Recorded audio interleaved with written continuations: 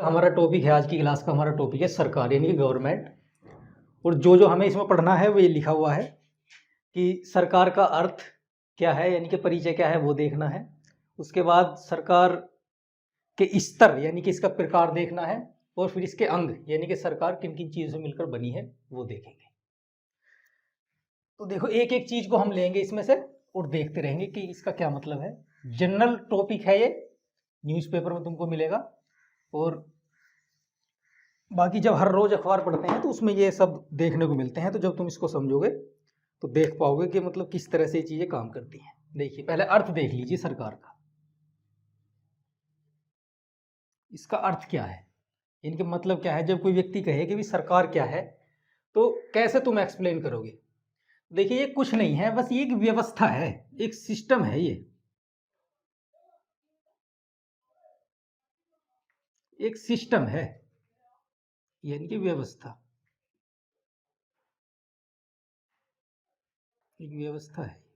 तो इसका नाम व्यवस्था है, यानी कि ये समूह है एक या एक से अधिक लोगों का, जो क्या करता है कि किसी क्षेत्र में, क्षेत्र हम यहाँ पर देश ले रहे हैं कि भी किसी देश में, जैसे मान लो हमारे ही देश की सरकार है, भारत की सरकार है, या फिर अमेरिका की सरकार, रूस की सरकार, किसी भी देश की सरकार, तो उस क्षेत्र के अंदर या उस देश के अंदर राजनीतिक सत्ता का प्रयोग करती है।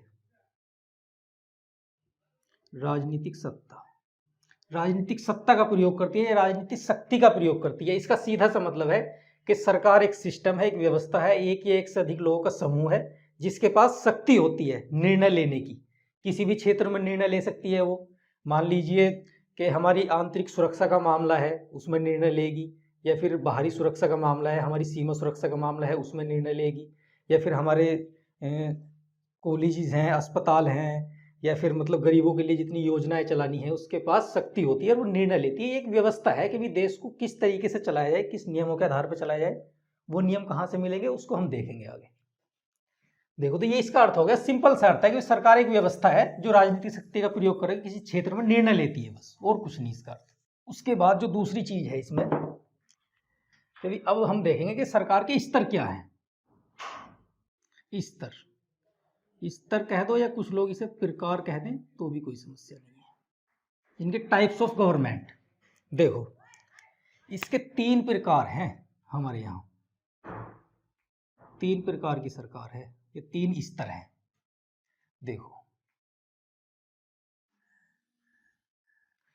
हमारे यहाँ पहला स्तर है केंद्र सरकार, इसी प्रकार से दूसरा स्तर है राज्य सरकार, और इसी प्रकार से हमारे यहाँ एक तीसरा लेवल ऑफ गवर्नमेंट भी है जिसे हम बोलते हैं स्थानीय सरकार। देखिए, सेंट्रल गवर्नमेंट, स्टेट गवर्नमेंट और लोकल गवर्नमेंट। जैसा कि हम जानते हैं हमारे यहाँ एक जो पूरे देश के लिए सरकार काम करेगी। दूसरे स्तर पर हमारे यहाँ जानते हैं कि 28 राज्य हैं वर्तमान समय में, तो हर राज्य की अपनी सरकार है, वो इस स्तर पर निर्णय लेगी। क्योंकि हम पहले ही बता चुके हैं कि सरकार का सीधा सा मतलब है किसी क्षेत्र विशेष में निर्णय लेना, अपनी शक्ति का प्रयोग करना और व्यवस्था को बनाए रखना। और इसी प्रकार से स्थानीय लेवल का सीधा सा मतलब है, फिलहाल समझिए कि जिला स्तर पर जो सरकार होती है तो वो निर्णय लेती है कि भाई इस क्षेत्र में हम निर्णय लेंगे, राज्य के स्तर पर ये निर्णय लेंगे और केंद्र के स्तर पर ये सरकार निर्णय लेगी। तो इनका ये सीधा सा मतलब है कि ये प्रकार है, इस तरह से सरकार काम करती है। और जो हमारा तीसरा इसमें जो टॉपिक था वो हमें समझना था कि सरकार के अंग यानी कि सरकार किन चीजों से मिलकर बनी है, तो वो मेन बड़ी चीज है, आप उसको देख लीजिए। देखो, ये बड़ी मेन चीज है और ये सब आपको बार बार दिखते भी रहेंगे। जैसे अब ये सरकार के अंग, अंग का सीधा सा मतलब है जैसे बॉडी के पार्ट होते हैं यानी कि अंग होते हैं, उनसे मिलकर एक बॉडी बनती है, इसी प्रकार से सरकार भी कुछ अंगों से मिलकर बनती है। जो जैसे ये बड़ा इंपॉर्टेंट है, ये बेस है, जब हम इनको पढ़ेंगे। तो सरकार भी तीन अंगों से मिलकर बनी है, जिसमें पहला अंग देख लीजिए क्या है। पहले अंग का नाम है विधायिका, इसी प्रकार दूसरे अंग का नाम है कार्यपालिका, तीसरा अंग है न्यायपालिका। ये इस प्रकार के वर्ड हैं, इस प्रकार के शब्द हैं कि आपको रोज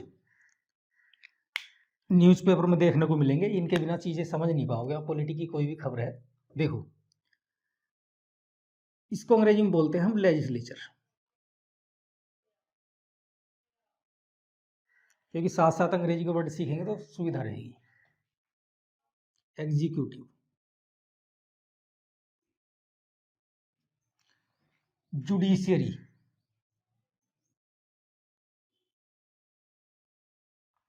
सरकार 3 अंगों से मिलकर बनी है, इनकी तीनों चीज़ सरकार को कंप्लीट करती हैं, विधायिका, कार्यपालिका, न्यायपालिका, लेजिस्लेचर, एग्जीक्यूटिव, जुडिशियरी।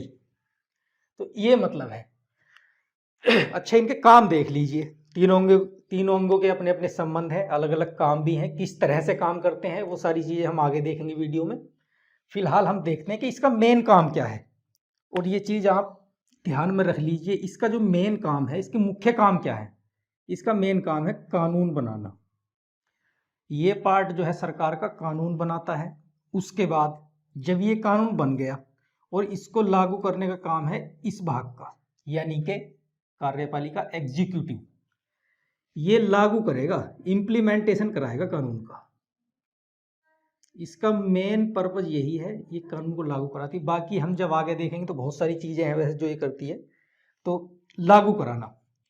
इसी प्रकार से ये वाला भाग क्या करता है, मान लीजिए कानून बना या फिर लागू करने में कोई समस्या होगी, बहुत सारे स्टेट हैं हमारे देश में, तो उनके बीच विवाद हो गया या किसी भी चीज को लेकर कोई भी समस्या हुई, तो उसका निराकरण, उसका निस्तारण कैसे हो, समाधान कैसे हो, तो ये भाग करेगा। यानी कि विवाद जो हुआ है तो विवादों का निपटारा, विवादों का निपटारा होगा। यहां पर आम बोलचाल भाषा में इसको कोर्ट बोलते हैं हम। कोर्ट के भी अलग अलग स्तर हैं, वो हम आगे पढ़ेंगे। फिलहाल इनके मेन काम देख रहे हैं, इंट्रोडक्शन क्लास है, बाकी कुछ नहीं है इसमें। तो देखो, सरकार के अंग यानी कि कितने चीज से मिलकर सरकार बनी है, विधायिका, कार्यपालिका, न्यायपालिका। विधायिका का काम है कानून बनाना, कानून बन गया उसको ये लागू करेगा, ये मेन काम है। बाकी और भी काम है जिन्हें हम बाद में देखेंगे। उसको लागू ये करेगा, कोई भी विवाद होता है तो उनका निपटारा इस भाग के द्वारा किया जाएगा, न्यायपालिका। यानी कि कोर्ट्स, जो कोर्ट होते हैं हमारे यहाँ, जैसे सुप्रीम कोर्ट है, हाई कोर्ट है या दूसरे कोर्ट है, तो इस तरह से ये काम करेंगे। तो अब क्या है कि जैसे मान लो हमने बताया कि केंद्र की सरकार है, राज्य की भी सरकार है, 28 राज्य से हमारे देश में वर्तमान में है, और उसके अलावा जो है जिला स्तर की सरकार है, स्थानीय सरकार बोलते हैं। तो हर सरकार की अपनी अलग विधायिका है, कि भी उसकी अपनी विधायिका है। जैसे केंद्र के स्तर पर अपनी विधायिका है, वहां पर कानून बन जाएगा, राज्य के स्तर पर अपनी विधायिका, वहां पर कानून बन जाएगा। इसी प्रकार से जिले के स्तर की अपनी विधायिका, वहां पर कुछ कानून बनेंगे और लागू होंगे। तो जैसे फिलहाल हम क्या करेंगे कि स्टार्टिंग में हम केंद्र के स्तर की जो विधायिका है और केंद्र के स्तर की ही कार्यपालिका है, तो उसको पढ़ेंगे। तो यानी कि पहले केंद्र के स्तर की हम विधायिका पढ़ेंगे, तो फिर जब ये हमारा कंप्लीट हो जाएगा उसके बाद हम जो है कार्यपालिका पढ़ेंगे, जो हमारे केंद्र के स्तर की है। इस सारी चीजों को कंप्लीट करके फिर हम राज्य के स्तर पर जाएंगे, फिर स्थानीय लेवल पर जाएंगे। तो सरकार के तीनों ही स्तर हम पढ़ लेंगे धीरे धीरे। तो फिलहाल जैसे कि अगर हम केंद्र के स्तर की देखें अपनी, तो केंद्र के स्तर पर जो हमारी विधायिका है तो उसका नाम है संसद। ये बड़ा पॉपुलर शब्द है, ये बड़ा पॉपुलर शब्द है, पार्लियामेंट। बहुत ही पॉपुलर शब्द है ये, न्यूज़पेपर में डेली दिखेगा। और फिलहाल तो संसद के सत्र चल रहे हैं तो ये हमेशा दिखेगा ही। जो हमारे लीडर्स हैं, नेता हैं, वो लोग इसमें काम करते हैं, बोलते हैं। तो ये इसका मेन काम है कि भी जो हमारे पास संस्था है, यानी कि हमारी जो विधायिका का नाम है, जो हमारे देश के लिए कानून बनाती है, तो उसका नाम संसद है। यानी कि संसद कानून बनाएगी पूरे भारत के लिए। पहले तो चलो भी जम्मू कश्मीर का अलग था सब कुछ, लेकिन अब तो वो भी शामिल कर लिया गया है। वहाँ के जो जितने भी आर्टिकल थे वो खत्म करके भारत में ही उसको अब सारे लागू, सारे जितना भी क्षेत्र है ये ही उसके लिए मतलब कानून बनाएगा, यानी कि इंक्लूडिंग जम्मू कश्मीर। तो इस संसद को हम पढ़ने वाले हैं आगे। इस संसद, ये संसद कैसे काम करती है, इसके क्या क्या भाग हैं और किस तरह से इसकी शक्तियां हैं, कानून किस तरह से बनते हैं और क्या क्या फैसले ले सकती है, तो इसके बारे में हम पढ़ेंगे आगे। यानी कि अब संसद के ही बारे में हम देख लेते हैं थोड़ा। देखिए, हमारी विधायिका जो पूरे देश स्तर पर काम करेगी, उसका नाम है, जो कानून बनाती है उसका नाम है संसद। ये देखिए संसद, ये बड़ी इंपॉर्टेंट चीज है, हर व्यक्ति को इसके बारे में पढ़ना चाहिए। ये संसद है। तो अब हम क्या करेंगे कि संसद है, तो संसद भी क्या करती है कि दो स्तर पर काम करती है।